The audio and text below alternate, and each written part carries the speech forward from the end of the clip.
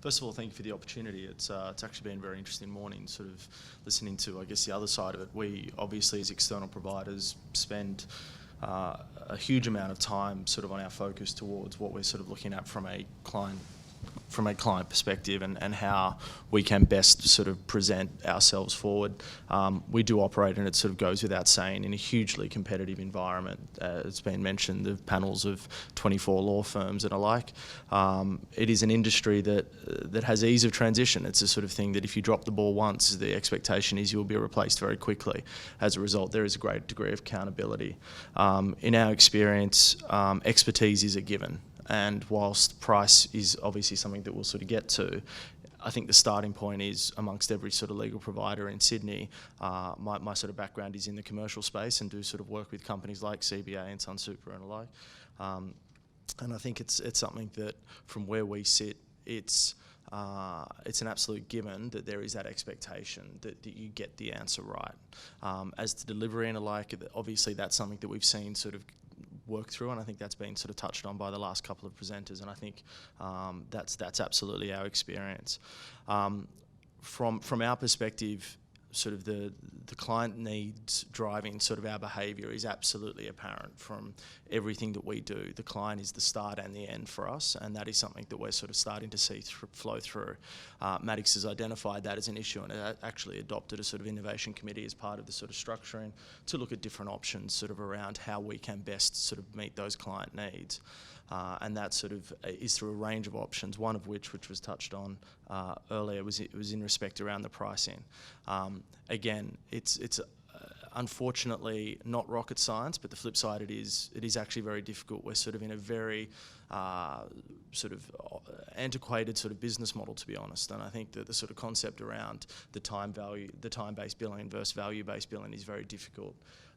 We have a situation where there is sort of a degree of what we do is sort of moving towards the commoditised style sort of legal offering, which is sort of across the board, and I think that there are providers that are coming into the market and attempting to be disruptive through their sort of approach through that. And we're seeing online providers and low-cost providers that don't necessarily have the high CBD rents and the sort of increased sort of unfortunately high salary costs that a lot of the firms are sort of struggling with. For our perspective, I think when it comes to the pricing structure, for us it is absolutely critical to create bespoke pricing arrangements with our individual clients. It's not something that can just be done as a sort of wholesale approach. It's the sort of thing we do have some very large sort of arrangements. My background is sort of M&A and equity capital markets, but we are also a sort of general sort of commercial firm, and we do a lot of sort of what we refer to as business as usual work. And to sit down with each individual client is how we can best service them around their pricing structure is something that we do.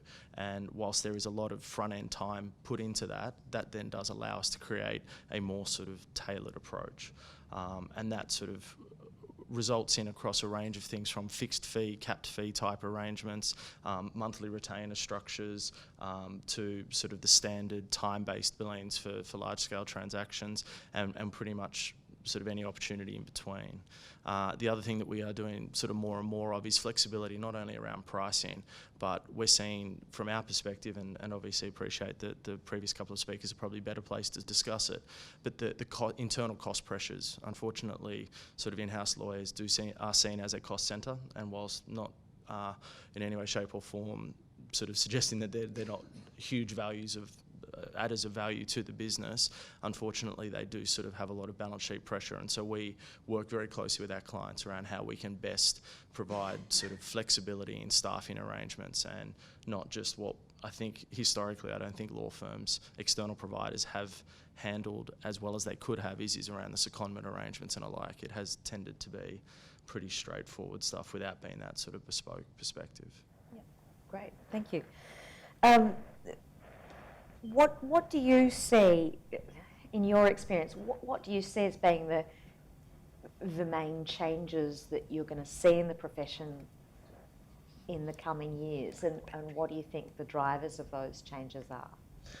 I mean, that's the crystal ball. The crystal ball. If I knew the answer to that, I think we'd be running to work that through. There's a whole range of things. Pricing is one part of that. part of that, I think, is transparency, and a couple of the presenters have spoken about that, the ability to actually sort of provide a transparent pricing structure, and I think there is sort of, we're starting to see more technology around that. Likewise, sort of around the sort of difficulties of scoping sort of large scale work. Again, I think there's sort of greater sophistication from that perspective. So I think we're sort of starting to see that side of things. The differentiation between commoditised style sort of legal work, I think we are being driven through technology, through access to sort of low cost providers. I think there is sort of potential for a shift sort of in a differentiation between commoditised style legal work across towards sort of what we would sort of see as more strategic legal advice, or high value sort of legal advice, which does come down to, in a sort of simplified manner, the concept of value-based billing. So the difficulty that I think the external legal providers have addressing that is that we are sort of quite large sort of organisations that are sort of stuck with some pretty significant cost bases, be it, as I said, sort of salaries obviously sort of a big one. People are our greatest assets, but how do we sort of best sort of differentiate across that, and likewise obviously we sort of have set ourselves up over the course of the last sort of 100 years in sort of nice sort of tall buildings in the middle of the CBD, which tends to have sort of obviously base costs that we need to sort of factor in. Again, query whether or not that's something that as a profession there may be sort of opportunities with technology and the ability to sort of move forward. The final point around the difference, I guess, in sort of where we're going is around the staffing side of things. We are seeing greater pressure coming through from which goes hand in hand with the technology of the flexibility of the workplace, how we can sort of best sort of utilise that. There's a lot of, I think, redundant capacity that exists with very highly trained lawyers with great experience that aren't necessarily getting placed in the right spots. And I think that there's a great opportunity if we can provide sort of more flexibility, both from a sort of an external provider, but also in-house, to be able to sort of better capture that sort of external lost capacity that sort of exists at the moment. Great. Thank you. Any questions from the panel?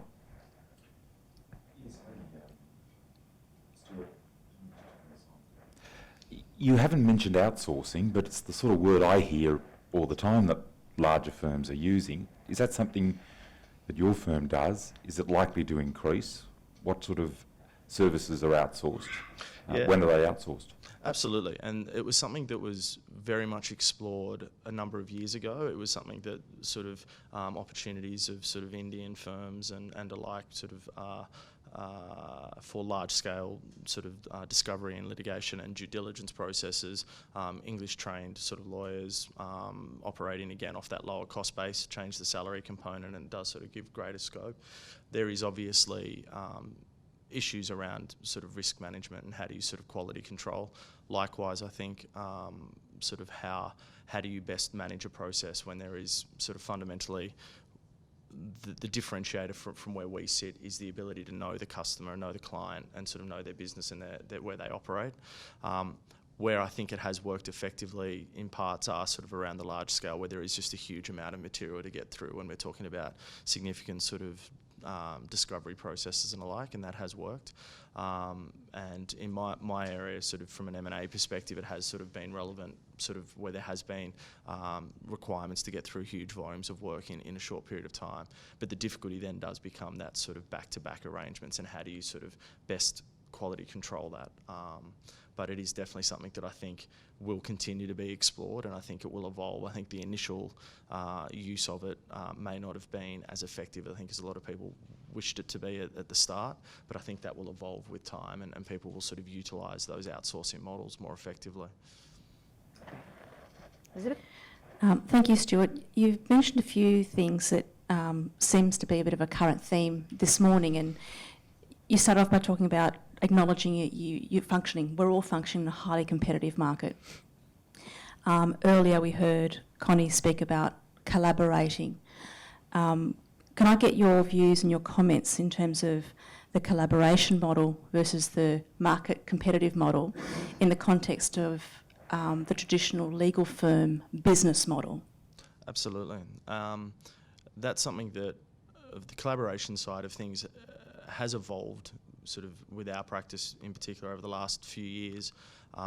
both at the sort of general commercial perspective, where there has been sort of a greater entrenchment of sort of longer term. I don't use the term secondments because it's sort of historically been short-term arrangements. We have sort of collaborative approaches where we have had lawyers who have sort of spent 2, 3, 4 months at a time in a business to sort of help out with lumpiness, but then they sort of come back to the business sort of as and when required, and that's sort of an evolving piece.